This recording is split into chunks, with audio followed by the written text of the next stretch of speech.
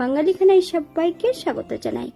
আপনারা তো অনেকভাবে নদীর গলদা চিংড়ি মাছ রান্না করেছেন, একবার আমার মতন করে সহজ পদ্ধতিতে আপনিও শিখে নিতে পারবেন ছোট ছোট টিপস সহ। তবে আজকে কিন্তু এখানে আমি দুটো রেসিপি তৈরি করব।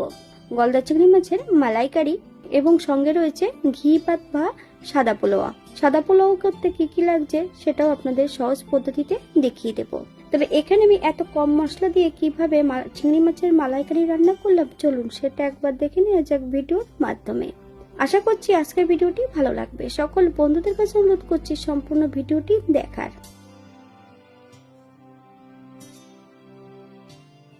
এখানে আমি আগের থেকে 4টে গলদা চিংড়ি মাছ নিয়ে নিয়েছি।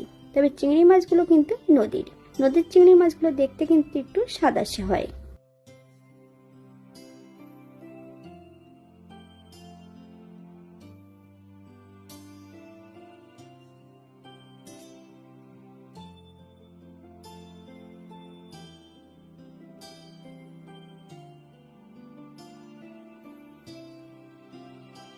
মাছগুলোকে কেটে ধুয়ে পরিষ্কার করে নেব।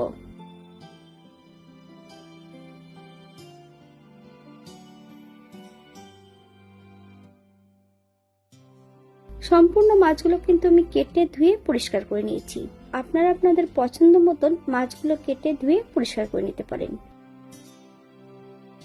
1 চামচ কাঁচা সর্ষের তেল। মাছের মধ্যে কিন্তু আমি 2টো করে টুথপিক অ্যাড করেছি, তার জন্য কিন্তু মাছগুলো লম্বা লম্বায় রেখেছি। কাঁচা সর্ষের তেল আর 1 চামচ লবণ এবং হলুদের গুঁড়ো মাছের গায়ে বেশ ভালো করে লাগিয়ে নিতে হবে। 1 ফালি নারকেল দিয়ে আমি এখানে নারকেলের জুসটা বের করে নেব। আগের থেকে এখানে আমি বেশ কিছুটা মশলা রেখেছি। 1 চামচ সাদা জিরে, 2 চামচ হলুদ সর্ষে, 5টা কাঁচা লঙ্কা, 1 চামচ লবণ দিয়ে একটা মিহি পেস্ট তৈরি করে নেব।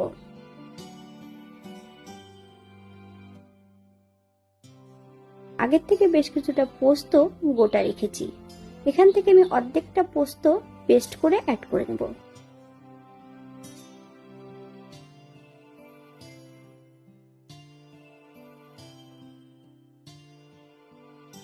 দু চামচ কাঁচা সর্ষের তেল আর সামান্য একটু হলুদের গুঁড়ো দিয়ে বেশ ভালো করে মশলাটা মিশিয়ে নেব। আপনারা তেলটার থেকে কম বেশি করে নিতে পারেন।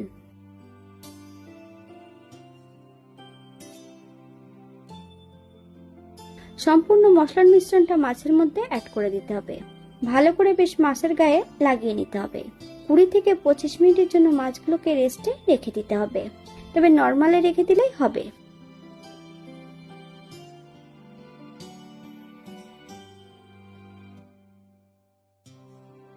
রান্না করার জন্য একটা কড়াইতে 1 চামচ ঘি অ্যাড করেছি।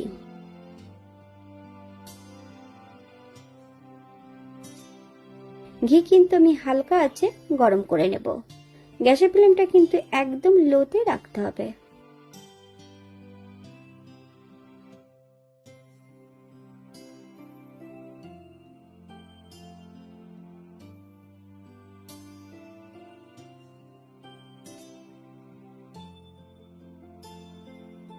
এই পর্যায়ে আমি চিংড়ি মাছগুলো অ্যাড করে দেব।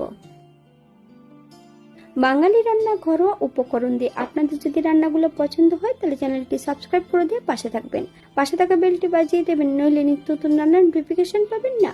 আমার এই চ্যানেলে আমিষ, নিরামিষ এবং বিভিন্ন ধরনের চিংড়ি মাছের রেসিপি দেওয়া আছে। আপনাদের যদি পছন্দ হয় তাহলে চ্যানেলটি ঘুরে একবার দেখে নেবেন।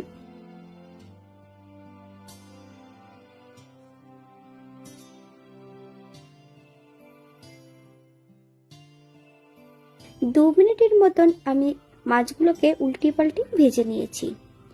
আপনারা 2 থেকে 3 মিনিটের মতন কিন্তু মাছগুলোকে উল্টি পাল্টি ভেজে নেবেন। আমি এখানে কিন্তু ঘি অ্যাড করেছি, আপনারা ঘিয়ের পরিবর্তে সাদা তেল অথবা সরষের তেলও অ্যাড করতে পারেন।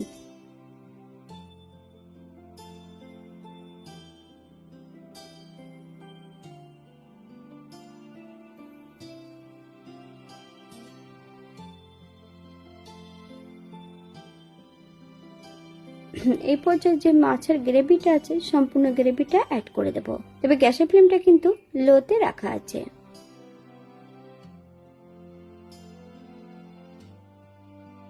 লো ফ্লেমে আরো 3 থেকে 4 মিনিটের মতন রান্না করে নেব।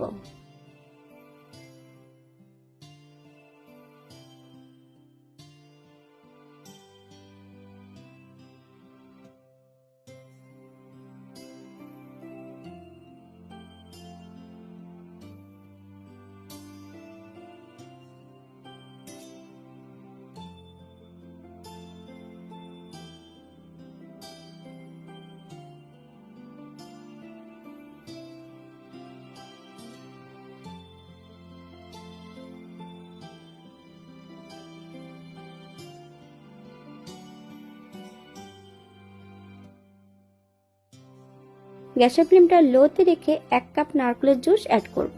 হালকা হাতে নেড়ে চেড়ে মাছগুলোকে সেট করে দেব।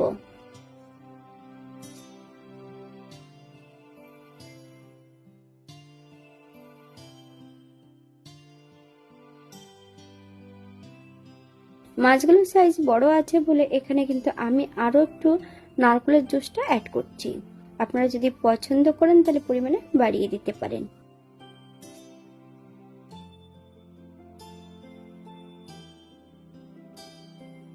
স্বাদের জন্য সামান্য একটু চিনি অ্যাড করেছি।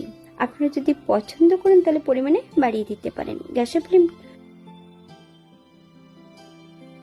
গ্যাসের ফ্লেমটা মিডিয়ামে রেখে 7 থেকে 8 মিনিটের জন্য ঢাকা দিয়ে রেখে দেব। 8 মিনিট পর এই পর্যায়ে চেক করে নিতে হবে যে লবণটা পারফেক্ট আছে কিনা। 3-4টে কাঁচা লঙ্কা গোটা অ্যাড করে দিয়েছি। আপনারা যদি পছন্দ করেন তাহলে পরিমাণে বাড়িয়ে দিতে পারেন।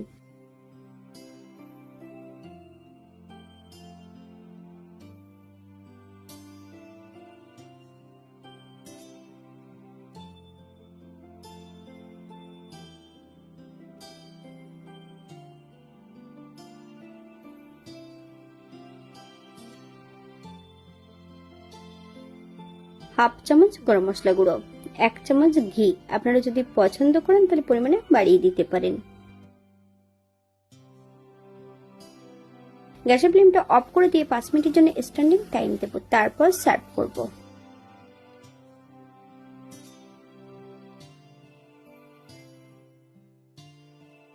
এটা দেখতে যেমন ভারী সুন্দর হয়েছিল, এটা গরম ভাতে খেতে কিন্তু অসম্ভব ভালো হয়েছিল। আপনার বাড়িতে একবার একই পদ্ধতিতে বানিয়ে নেবেন। এখানে যে আমি উপকরণগুলো অ্যাড করেছি আপনারা এর থেকে কম বেশি করে নিতে পারেন।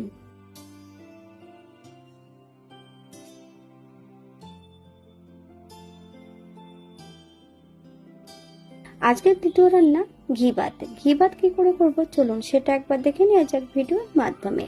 এখানে আমি আগের থেকে 500 গ্রাম গোবিন্দভোগ চাল নিয়ে নিয়েছি। চালটাকে বেশ ভালো পরিষ্কার জল দিয়ে ধুয়ে নিতে হবে।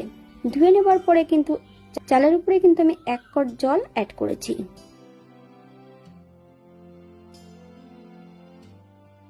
এক ফালি নারকেল থেকে জুস বের করে নেব। একটা গোটা পেঁয়াজ এখানে আমি নিয়ে নিয়েছি, এটাকে সরু সরু করে কেটে নিতে হবে।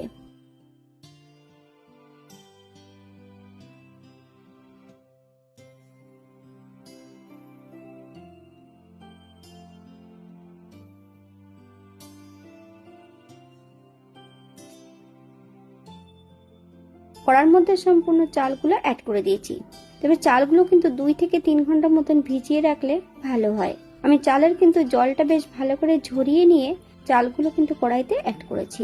গ্যাসের ফ্লেমটা মিডিয়ামে রেখে বেশ কিছু সময় ধরে ভেজে নেব। আপনারা একবার স্ক্রিনের দিকে ফলো করবেন।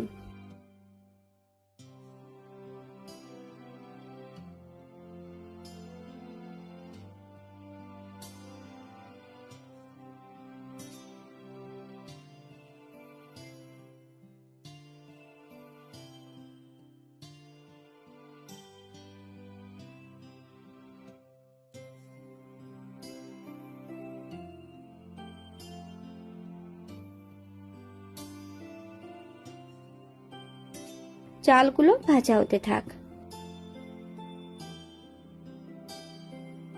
অপর দিক থেকে একটা কড়াইতে বেশ কিছুটা সাদা তেল অ্যাড করেছি। তেল গরম হওয়া পর্যন্ত অপেক্ষা করতে হবে।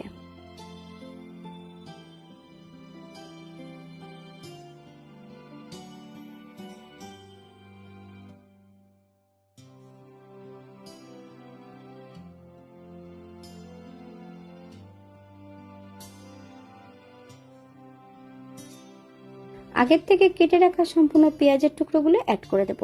গ্যাসের ফ্লেমটা মিডিয়ামে রেখে পেঁয়াজের টুকরোগুলো ভেজে নিতে হবে।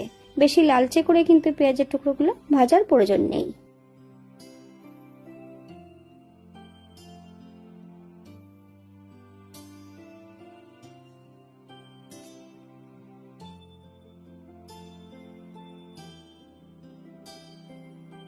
এর পর্যায়ে অ্যাড করব দারচিনি, এলাচ, লং আর 1 টুকরো জয়িত্রী।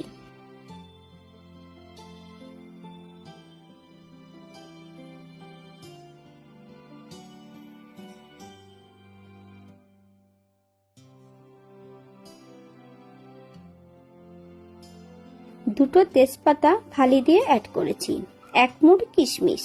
আপনারা যদি এখানে পছন্দ করেন তাহলে কাজু বাদামটা অ্যাড করতে পারেন। গ্যাসের ফ্লেমটা মিডিয়ামে রেখে আবারও বেশ কিছু সময় ধরে ভেজে নেব।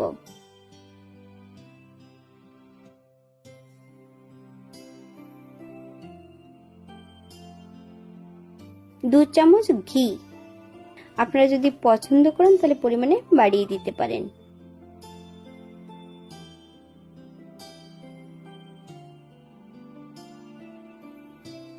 গ্যাসের ফ্লেমটা অফ করে দিয়ে এটাকে আমি সম্পূর্ণ চালের মধ্যে অ্যাড করে দেব।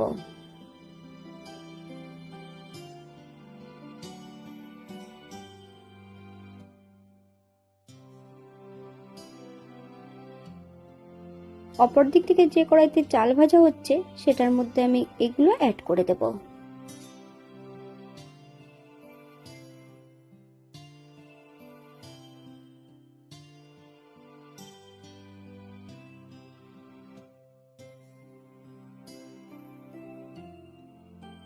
আবারও বেশ কিছু সময় ধরে ভেজে নিতে হবে, তবে গ্যাসের ফ্লেমটা কিন্তু লোতে রেখেই কিন্তু চালগুলো ভাজতে হবে।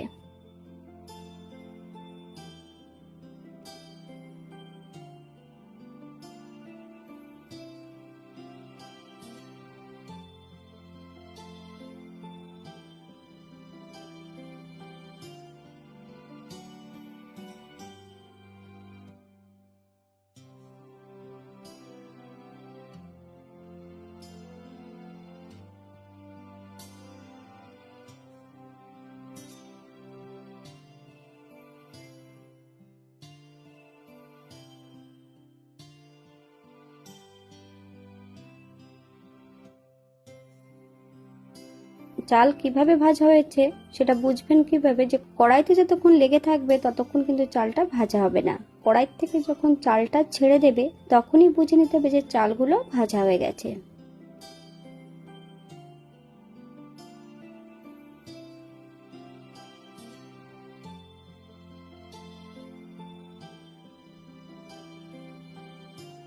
এই পর্যায়ে চালগুলো ভাজা হয়ে গেছে,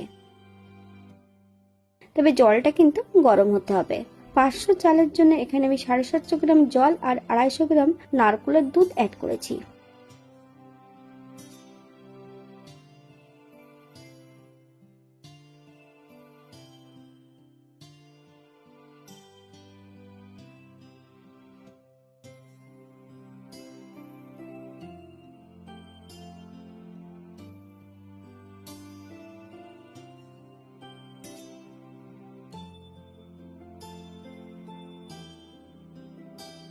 গ্যাসের ফ্লেমটা হাইতে রেখে বেশ কিছু সময় রান্না করে নেব।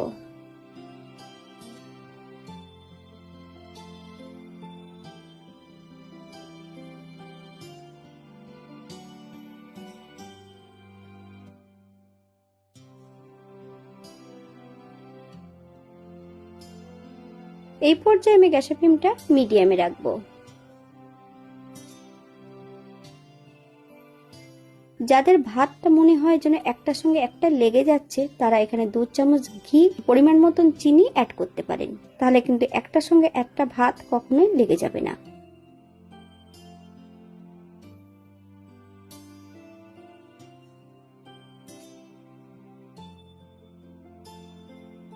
দু চামচ লবণ, আপনার স্বাদ অনুসারে লবণটা অ্যাড করবেন।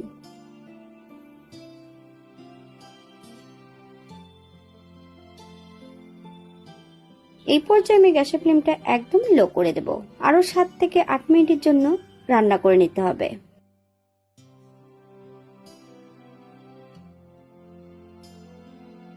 আরো 7 থেকে 8 মিনিটের জন্য গ্যাসের ফ্লেমটা লোতে রেখে ঢাকা দিয়ে রেখে দেব।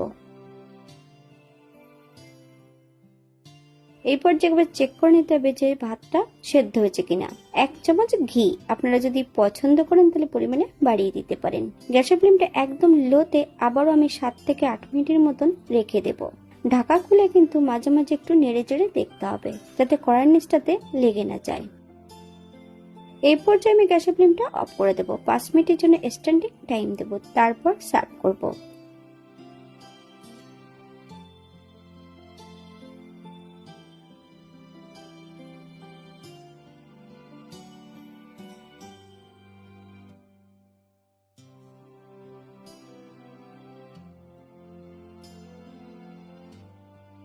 এটা দেখতে যেমন ভারী সুন্দর ছিল, এটা গরম গরম খেতে কিন্তু অসম্ভব ভালো হয়েছিল।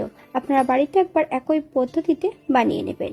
এখানে যে আমি উপকরণগুলো অ্যাড করেছি আপনারা এর থেকে কম বেশি করে নিতে পারেন। যারা নিরামিষ খাবেন তারা পেঁয়াজটা বাদ দিয়ে দিতে পারেন।